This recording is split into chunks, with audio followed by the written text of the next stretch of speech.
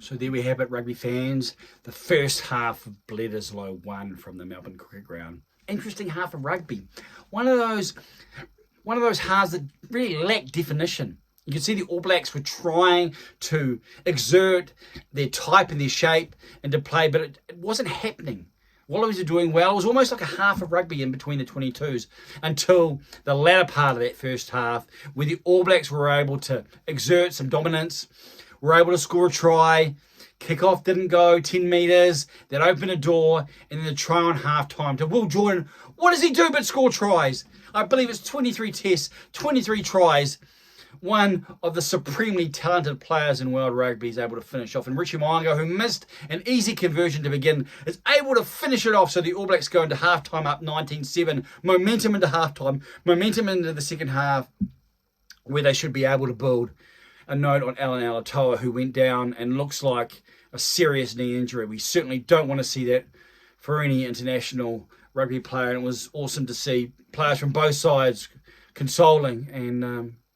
wonder, who knows what the future will hold, highlighting both the significant tax on a player's body and the challenges of navigating.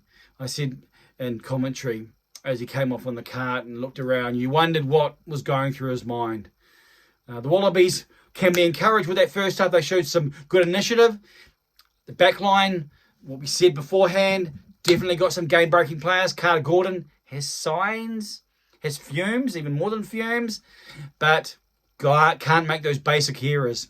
You know, it's like a prop, no good running around the field if you can't scrum. Carter Gordon, you can see why they rate him and a future for him, but some costly errors, even kicking when he was kicking for height, high balls, weren't going far enough. But there was some fluidity with the back line and their forwards showed some physicality.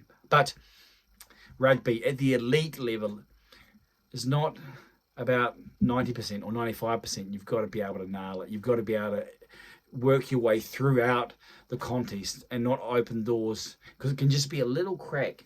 And the All Blacks were able to begin to compel themselves forward and begin to control the breakdown a bit more. And the Wallabies were very good there. They're able to disrupt, but the All Blacks were able to begin to exert themselves, begin to move the Wallabies players off the ball even when they were. And in the end, a couple of tries in the back end means that they can be pretty happy.